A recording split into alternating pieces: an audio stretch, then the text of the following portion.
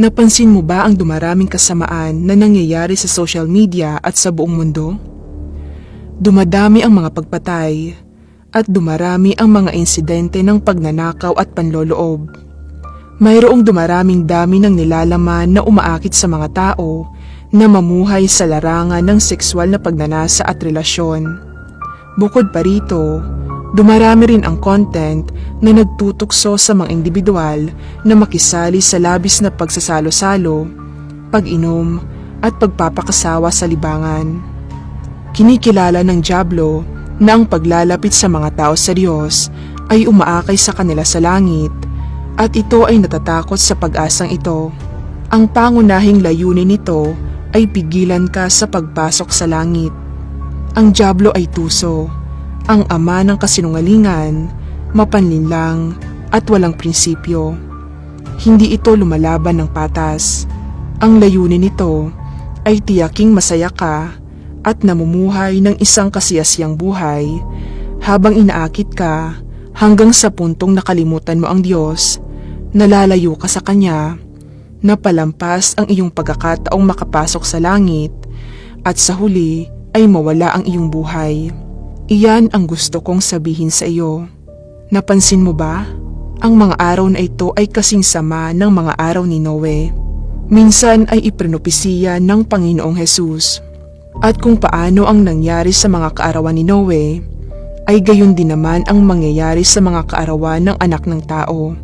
Sila'y nagsisikain, sila'y nagsisiinom, sila'y nangag-aasawa, at sila'y pinapag-aasawa hanggang sa araw na pumasok sa daong si Noe at dumating ang paggunaw at nilipol silang lahat.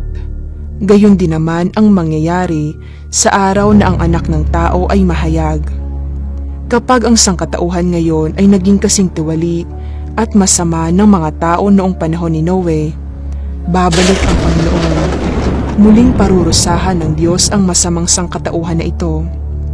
Kaya, hindi natin dapat pahintulutan ang ating sarili na linlangin ni Satanas, magpakasasa sa makamundong kasiyahan at malulong sa digital na larangan.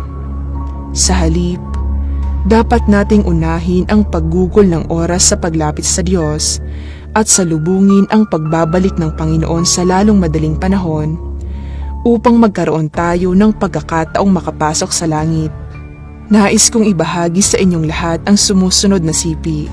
Mangyaring basahin ito ng paulit-ulit. Sabi ng Diyos, "Gising mga lalaking kapatid, gising mga babaeng kapatid. Hindi maaantala ang aking araw. Ang oras ay buhay, at ang samantalahin ang panahon ay nakapagliligtas ng buhay. Hindi na malayo ang oras. Kung hindi kayo makapasa sa pagsusulit sa pagpasok sa kolehiyo, maaari kayong mag-aral at kumuha muli ng pagsusulit kahit ilang ulit ninyo naisin.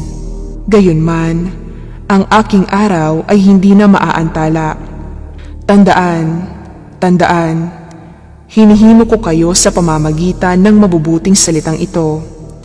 Nagaganap ang katapusan ng mundo sa harap mismo ng inyong mga mata at matuling nagsisilapit ang malalaking sakuna. Ano ang mas mahalaga?